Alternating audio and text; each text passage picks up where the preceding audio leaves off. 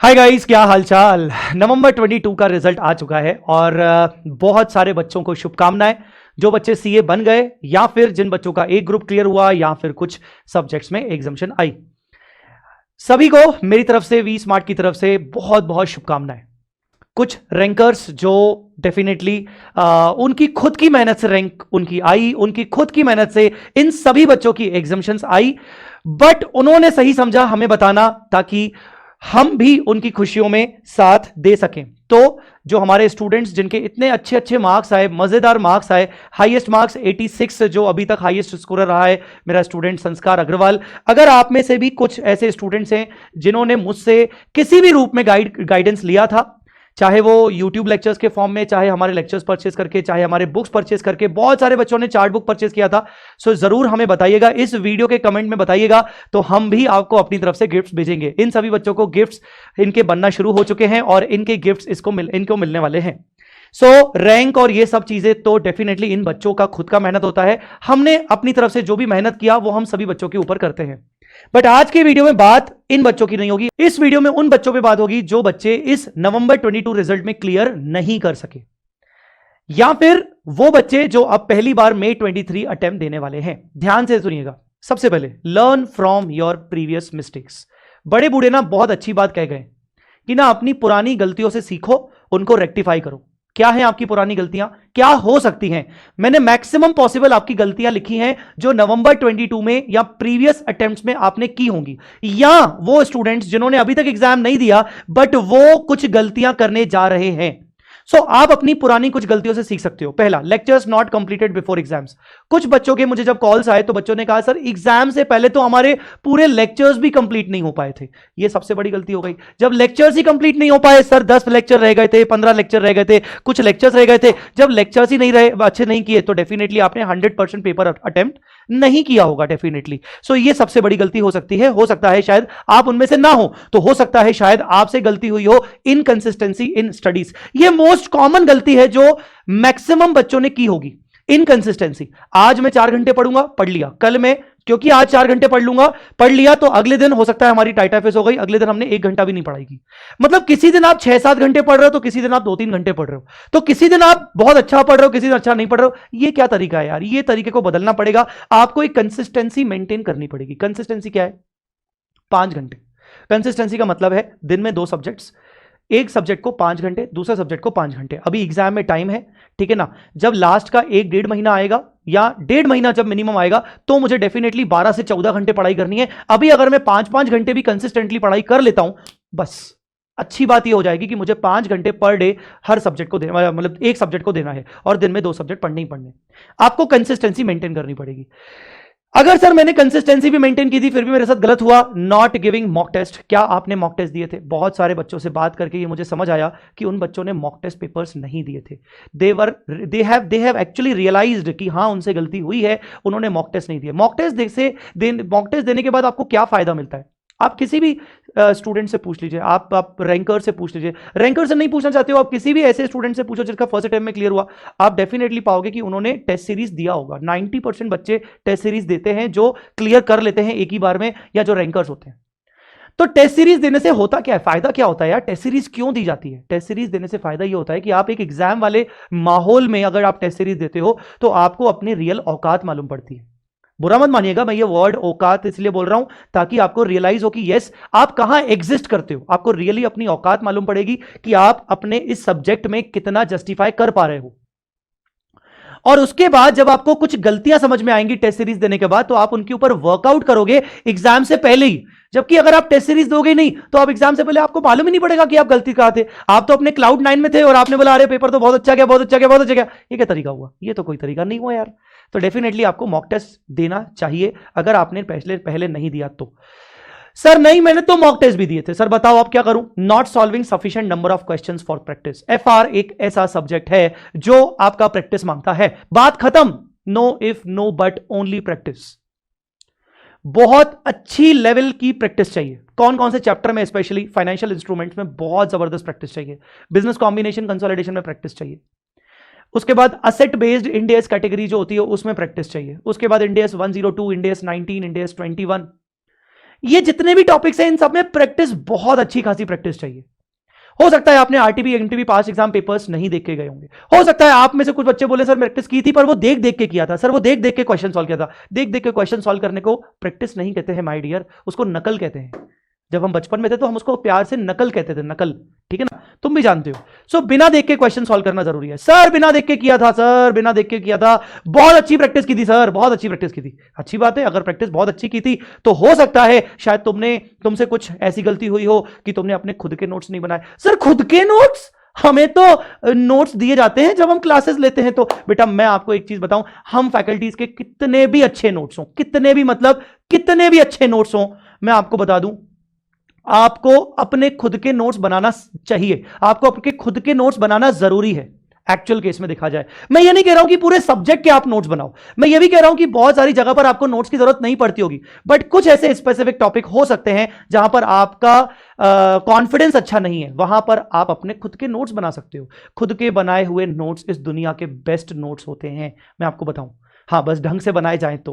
सो हो सकता है आपने खुद के नोट्स ना बनाए हो। नहीं सर ऐसा तो नहीं हो सकता, मैंने खुद के नोट्स भी बनाए थे। मुझे लगता नहीं है कि नोट्स बनाने से कुछ फायदा हो जाता। कोई बात नहीं, हो सकता है शायद एग्जाम के जस्ट जो 4 से 5 दिन देने होते हैं हमें एफआर के लिए, एफआर पहला सब्जेक्ट है, हो सकता है जो 4 से 5 दिन हमें देने होते हैं वो हमने बेस्ट इफेक्टिव यूटिलाइज उनको नहीं किया। सर मतलब क्या कहना चाहते हो? 4 से 5 दिन में तो हम बस यही क्वेश्चन में थे, कहां से शुरू करूं, किधर से शुरू करूं। सर थोड़ा उस टाइम पे पता है क्या लग रहा था? लग रहा था ये वाला टॉपिक उठा लेता हूं, थोड़ा सा ये टॉपिक उठाया, फिर लग रहा चलो यार मेरे को तो समझ में नहीं आ रहा, चलो ठीक है रैपअप करो, दूसरा वाला टॉपिक उठा लेता हूं, वो बहुत जरूरी है। जैसे ही वो उठाया बिजनेस कॉम्बिनेशन फाइनेंशियल इंस्ट्रूमेंट, वो खत्म ही नहीं हुआ, खत्म है, ठीक है ना यार, बस जितने क्वेश्चन हो रहे हैं रैपअप करो, कहीं और चले जाओ।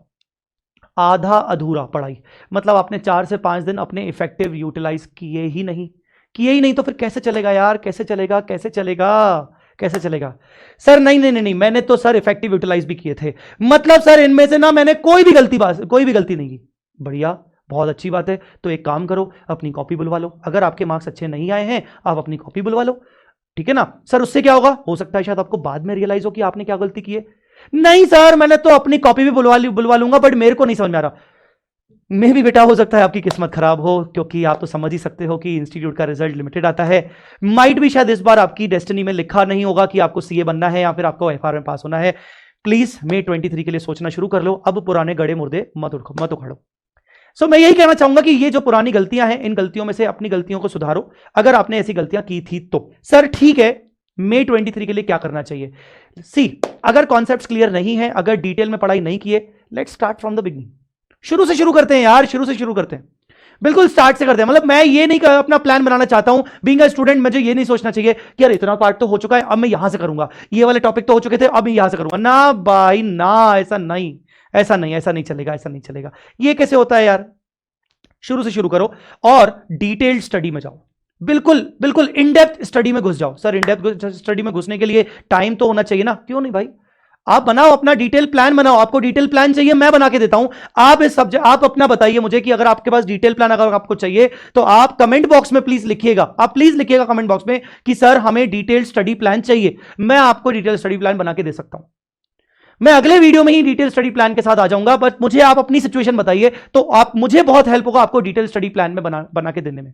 पर आपको इन डेप्थ स्टडी करना पड़ेगा। मे भी उसके लिए आपको क्लासेस लेनी पड़ जाए, हो सकता है आपको शायद क्लासेस लेनी पड़ जाए। यस, तो आप खुद जज करो कि आपको डिटेल स्टडी करने के लिए क्लासेस की जरूरत है क्या। डेफिनेटली फिर आप क्लासेस पे जाइए। मैं अभी आपको आने वाले टाइम में अभी इस लेक्चर में बता दूंगा कि आप मेरी तरफ से आपको क्या क्लासेस मैं आपको प्रोवाइड कर सकता हूं बहुत ही कॉस्ट इफेक्टिव वे में।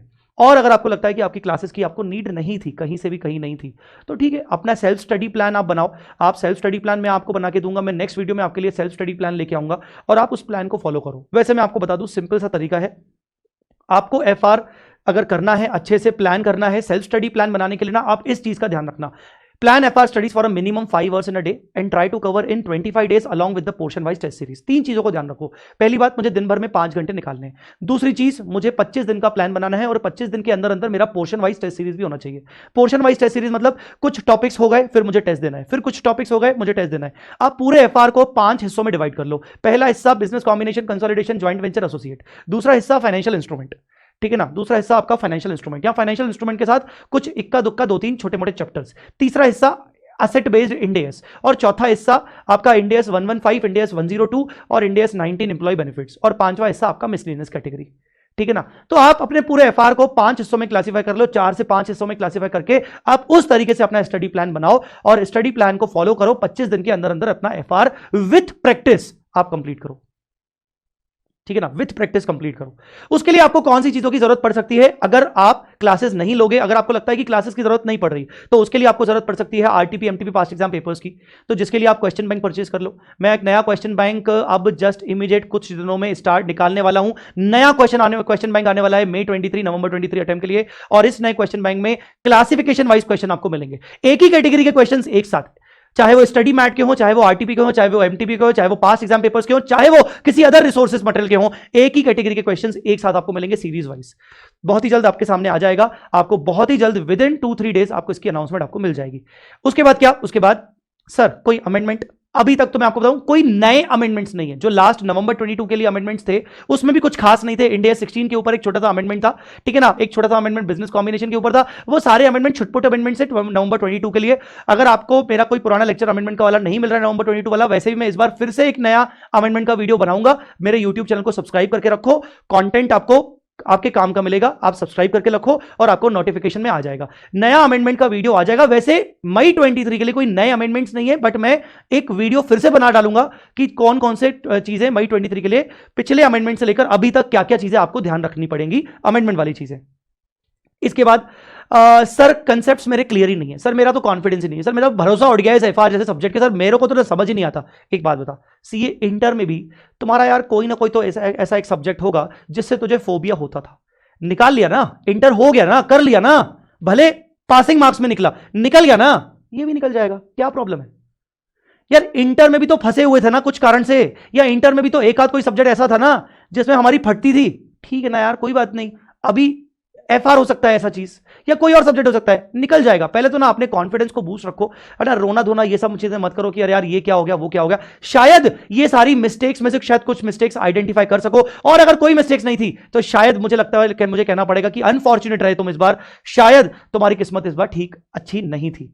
सो अगर लगता है कि कॉन्फिडेंस नहीं है, कॉन्सेप्ट्स में कॉन्फिडेंस नहीं है, डिटेल में मुझे एफआर अच्छे से समझना है, या फिर मुझे क्वेश्चन सॉल्विंग मुझे प्रॉब्लम आती है, क्वेश्चन करने से ही डर लगता है, सर कॉन्सेप्ट समझ में आ जाता है पर जब क्वेश्चन करना शुरू करता हूं समझ ही नहीं आता, ब्लैंक हो जाता हूं, समझ ही नहीं आता क्या करता हूं, तो भैया क्वेश्चन सॉल्विंग की प्रैक्टिस तो करनी पड़ेगी। अगर आपको ऐसा कुछ लग रहा है तो go with FR fast track booster class. FR fast track booster class बहुत जबरदस्त तरीके से डिजाइन किया गया है। 18 लेक्चर्स हैं कॉन्सेप्ट के, जिनमें मैंने पूरे कॉन्सेप्ट्स डिटेल में डिस्कस किए हैं, आपको समझाने की कोशिश की है, साथ साथ मैंने एग्जांपल्स करवाए हैं, साथ साथ मैंने इलस्ट्रेशन सॉल्व करवाए हैं इन 18 लेक्चर्स में 60 आवर्स में, और एक्स्ट्रा 12 लेक्चर्स हैं जिसमें मैंने क्वेश्चन सॉल्विंग प्रैक्टिस करवाई है dedicated RTP MTP past exam papers की 40 आवर्स में। हालांकि ये 12 आवर्स के अंदर हमने बिजनेस कॉम्बिनेशन पूरा कवर कर डाला, हमने फाइनेंशियल इंस्ट्रूमेंट पूरा कवर कर डाला, हमने 115 कवर कर डाला, 116 कवर कर डाला, 102 कवर कर डाला, इंडेस 12 कवर किया हमने, इंडेस 21 कवर किया, इंडेस 19 कवर किए, और इसके अलावा कुछ लेक्चर्स अभी कुछ इंडेस हमारे कवर नहीं हुए हैं, हम आने वाले टाइम में इनको भी डाल देंगे, आपको ये सब मिल जाएंगे। So go with FR Fast Track Booster. So the moral of the story, अपनी पुरानी गलतियों से सीखना पड़ेगा, हमें ये देखना पड़ेगा कि यार हम कहां पर लैग कर रहे हैं और उसके अकॉर्डिंग हमें ध्यान रखना पड़ेगा। कंसिस्टेंसी पर ध्यान दीजिए, आपको 5 घंटे पढ़ाई चाहिए। चैप्टर वाइज टेस्ट या फिर पोर्शन वाइज टेस्ट पर ध्यान दीजिए, आपको करना पड़ेगा। आपको एक टारगेट सेट करना पड़ेगा कि मुझे आने वाले 25 दिन के अंदर अंदर FR खत्म करना है, या कोई भी सब्जेक्ट हो मुझे खत्म करना है, ठीक है ना। अब आप में से कुछ बच्चे ऐसे होंगे जो कंफ्यूज होंगे कि सर हमारे बोथ ग्रुप्स हैं, तो सर बोथ ग्रुप्स के केस में 25 दिन में कैसे होगा सर हमें दोनों ग्रुप्स देने।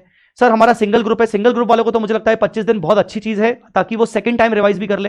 तो मैं एक दूसरे वीडियो में, इस वीडियो में नहीं, बहुत वीडियो लंबा हो जाएगा, दूसरे वीडियो में मैं ये स्ट्रेटेजी लेके आऊंगा कि भाई सिंगल ग्रुप वाले बच्चों को क्या स्ट्रेटेजी अप्लाई करनी चाहिए, बोथ ग्रुप वाले बच्चों को क्या स्ट्रेटेजी अप्लाई करनी चाहिए, या फिर आपको दोनों ग्रुप के साथ जाना चाहिए कि नहीं जाना चाहिए। और एक और मुझे कमेंट पर जरूर बताइएगा, अगर आपके कमेंट्स आए या फिर अगर आपके इस वीडियो में लाइक बहुत अच्छे आ गए, ठीक है ना, अगर आपके इस वीडियो में लाइक बहुत अच्छे आ गए, चलो मैं तो बोलता हूं 50 लाइक ही अगर आ गए, टारगेट रखते हैं 50 लाइक का, तो मैं आपके लिए एक एफआर का डिटेल्ड स्टडी प्लान बना के दे दूंगा। 50 लाइक यार, 50 लाइक क्या होते हैं, मैं आपको डिटेल में स्टडी प्लान बना के दूंगा, आप उसको फॉलो करिएगा। एक और चीज सर, आपके कोई रिविजन्स आपने प्लान किए हैं? रिविजन्स की जो भी आने वाले डेट में जो भी प्लान होंगे वो आपको समझ में आ जाएगा, वो आपको आने वाले दिनों में मालूम पड़ जाएगा कि रिविजन्स कौन कौन से आने वाले हैं। वैसे I am thinking to come up with open revisions and open doubt solving sessions twice in a week. आपको क्या लगता है मुझे क्या करना चाहिए? मैंने ये सोचा है कि हफ्ते में 2 बार शाम के टाइम पर FR डाउट्स कम रिवीजन सेशंस किए जाएं। सो आप मुझे कमेंट पे लिख के बताइएगा कि आपको क्या लगता है किस तरीके से आना चाहिए। हफ्ते में 2 बार मैं सोच रहा हूं कि आपके डाउट्स हों, चाहे आपके फिर रिवीजन्स आपको प्लान करना है, उसके लिए मैं लाइव आऊं और आपके साथ जुड़ूंगा के, ठीक है ना। अगर टेस्ट सीरीज के रिगार्डिंग कुछ प्रॉब्लम है तो डेफिनेटली टेस्ट सीरीज को आप मुझे बता सकते हो, आपको क्या प्रॉब्लम है। टेस्ट सीरीज के लिए भी मैं कुछ सोच रहा हूं कि कुछ नया टेस्ट सीरीज आपके लिए लॉन्च किया जाए। So definitely please comment below, आप नीचे प्लीज कमेंट करिए आपको क्या रिक्वायरमेंट लगता है, आपने जितना भी ये सुना है उसके बाद आपको क्या लगता है, ताकि हम उसके ऊपर वर्कआउट कर सकें। आई बिलीव गाइस कि इस वीडियो से मे बी शायद 1% आपको कुछ समझ आया हो, आपको लगा हो कि यस हम किस तरीके से आगे बढ़ सकते हैं। Thank you so much guys, thanks a lot and wishing you all the very best for May 23 attempt.